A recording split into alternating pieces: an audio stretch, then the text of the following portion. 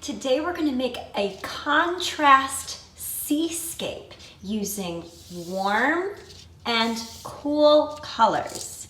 Now, contrast in art means the arrangement of opposites to create a visual effect.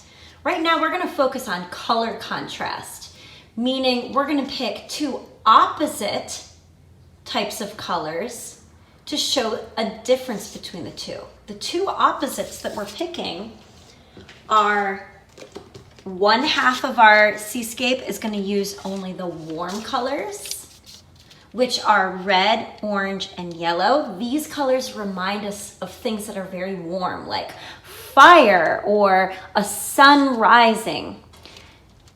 The bottom half of our paper is going to use cool colors. The cool colors are green, blue, and purple.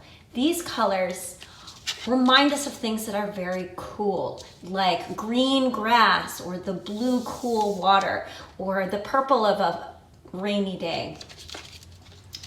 Okay, the reason why we're talking about contrast is because contrast is the second principle of design. Remember, the principles of design are how do you arrange something to make it look visually pleasing, and using opposites of contrast creates a visual effect that's very striking to our eye. So in order to do this project, what you're going to need is a blank piece of paper. You're going to need a black crayon. You're also going to need a watercolor set of the warm colors, reds, oranges, and yellows, and of the cool colors, greens, blues, and purples. If you don't have watercolors, you can certainly use crayons to color in. But if you have watercolors, you're obviously also going to need a glass of water and a paintbrush. Okay, in order to get started, what we're going to do first is we are going to draw the contour lines of our seascape. Contour lines means the outline. At the bottom, we're going to put 4 wavy lines on the bottom half of our piece of paper to look like the water. So what we can do is we can take our piece of paper, lay it down in landscape orientation, meaning wide and fat. You can either take your pincers on top and on the bottom. You can even fold it in half from top to bottom and crease, open it back up, and that's going to show the bottom half and the top half. We're going to try to keep our cool colors in the bottom half of our paper and the warm colors on the top half of our paper. So, starting at the bottom of your paper, we can take our black crayon and we're just going to make a big, loose, wavy line, just like that. Okay? Don't try to make your wavy lines too teeny tiny because we want them to be nice, bigger waves. Okay, so that's one line. We're gonna make 4 altogether. So the next one, 2, 3, and 4. Just hitting that fold. Nice job. Awesome. Now that we have our 1, 2, 3, 4 wavy lines going from one side of our page to the other below the fold, let's start drawing the curved line of the sun and the sun's rays coming off of it. So somewhere in the middle of your page, above the fold, we're just going to draw a half circle curved line, like a rainbow curve. So go ahead, from that fold, we're gonna curve our line up and around and down. Now, it doesn't matter if your half circle curved line is bigger or smaller than mine. It really doesn't matter. As long as we drew that curved line above those wavy lines going around and back down. From our curved line, we're gonna draw the diagonal lines of our sun's rays. So what we can do is we can draw our first diagonal line from the corner of our page to our curved line. So either you can start from the corner or you can start from the curved line, but you can draw that diagonal line from the corner hitting the curved line. Let's do that to the other corner. You can draw your diagonal line either from the curved line to the corner or the opposite, doesn't really matter. Okay, then let's draw a straight vertical line from the top of our sun to the top of our page. Nice. Next, why don't we draw diagonal lines that are in between the lines that we just draw. So you can draw a diagonal line in between those going off of our page. One coming in between going off of our page. And maybe two at the sides going off the page. Awesome. So now we have our wavy lines for the sea. We have our curved line for the sun. We have the diagonal lines for our sun's rays. And look what we get to add. We get to add a couple of birds in the distance. And it's so easy to draw these birds. All you want to do is find a place above that fold in the sky, and you're just going to draw a curved line, like a rainbow curve, going up and down. And then from that little rainbow curve right at the bottom, we're going to make another rainbow curve attached. Kind of like two humps. 1, 2. That's one bird. I can draw one even above. I can draw one a little bit below. You can add as many as you'd like. I'm going to add about 4. 1, 2, 3, 4. That looks good. Okay, so now that I have my outlines, I'm going to start using my watercolors to fill in the cool colors of the water and then the warm colors for the sunset. So again, the cool colors for our water, we're going to use only greens, blues, and purples. So remember, don't use reds or oranges or yellows down here. We're only going to use greens, blues, and purples. So in order to fill this in, you can take your paintbrush. If you have watercolors, you can dip your paintbrush in the water first. And let's start off with a deep purple for our first wave, okay? Again, if you don't have watercolors, you can just use crayons. But since I have watercolors, I'm gonna find my purple, and I'm going to take my wet paintbrush and I'm gonna swirl, swirl, swirl, swirl, swirl my paintbrush in the purple until it looks as though I have a lot of the purple paint on my brush. Then what I'm gonna do is I'm gonna paint the bottom of my paper purple underneath that first wavy line. So let's find that first wavy line. We're gonna take our purple on our paintbrush and you're just going to paint the watercolor of the purple underneath that wavy line. So I'm going up underneath that wavy line, dragging my paintbrush, pulling the watercolor color across my paper, but I'm staying underneath that wavy line, and I'm trying to fill as much white space as possible. So if your paintbrush or if your paper has a lot of white space, that means it needs more paint on it. If your paintbrush is running out of watercolor paint, you can dip your paintbrush back in the water, swirl it back in that purple watercolor paint, and brush, brush, brush it on. Beautiful. Okay, so now that I've filled the bottom of my first wave, I want to switch colors. And in order to switch colors, take your paintbrush, put it in the water, and press up, down, up, down, up, down, up, down, up, down a few times, and then squeegee, meaning run your bristles along the edge of your jar to get all the extra water off. Okay, just like that. Now I want to do my blues. So right above my purple, I might find a dark blue. I'm gonna swirl, swirl, swirl my paintbrush into my darker blue until it looks like I have a lot of dark blue on my paintbrush.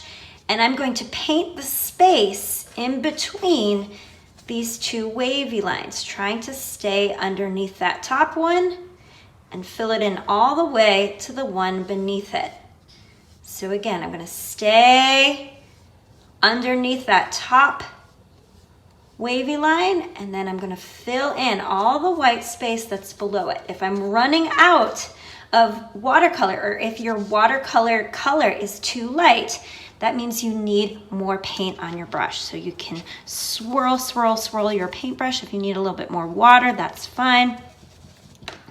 But you can, that's better. You can put more paint on your brush if you need it, and pull that watercolor paint across your page, trying to stay underneath that wavy line. Now, if you accidentally get above that wavy line, it's okay. It doesn't really matter, but we're trying to keep the colors a little separate.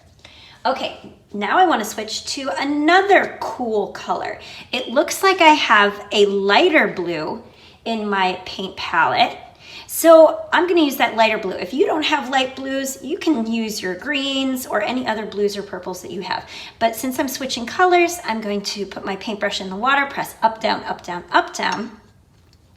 Find that lighter blue, swirl, swirl, swirl till I have that blue on my paintbrush, and then try to paint the space in between these two wavy lines, filling in as much of the in-between white space as possible. And again, if I'm going a little fast for you, don't worry. You can always watch this video later on Schoology and go at your own pace. All right, so there I have my light blue filled in. I see that I have kind of a turquoise bluish green to fill in my last wave. If you have turquoise, you can use it, or if you only have green, that's fine too, because a turquoise is still a cool color because turquoise is a greenish blue. So I'm gonna put my paintbrush in the water, press up, down, up, down. You can either pick your green or your blue or your turquoise, whatever you have. Oops. I'm going to swirl, swirl, swirl, swirl, swirl my paintbrush in my turquoise, and then I'm going to start painting in between those two wavy lines again. There we go. Beautiful. Trying to fill in all that white space in between those two wavy lines. And now my cool colors of my water are complete, okay?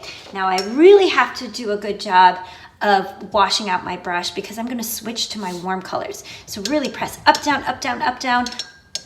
If you're switching to the sky of the warm colors, to make sure all the cool color paint is off of your brush, and give it a nice squeegee. Beautiful. Okay, so the first warm color I'm gonna use to color in is the yellow of my sun. Yellow is definitely a warm color. So find your yellow, swirl, swirl, swirl your paintbrush into the yellow. Take that yellow on your bristles and then fill in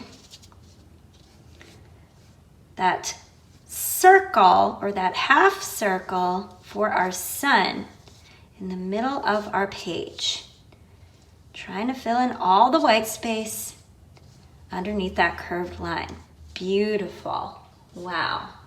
Next, let's switch colors. So let's put our paintbrush in the water, press up, down, up, down, up, down, up, down.